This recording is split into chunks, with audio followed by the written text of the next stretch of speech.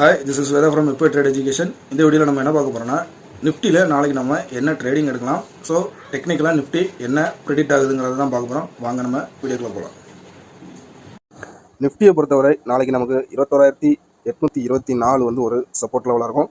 So அதுக்கு அடுத்த strong சப்போர்ட்னு பார்த்தீங்கன்னா 21,766 ஒரு ஸ்ட்ராங் சப்போர்ட்டாக இருக்கும்.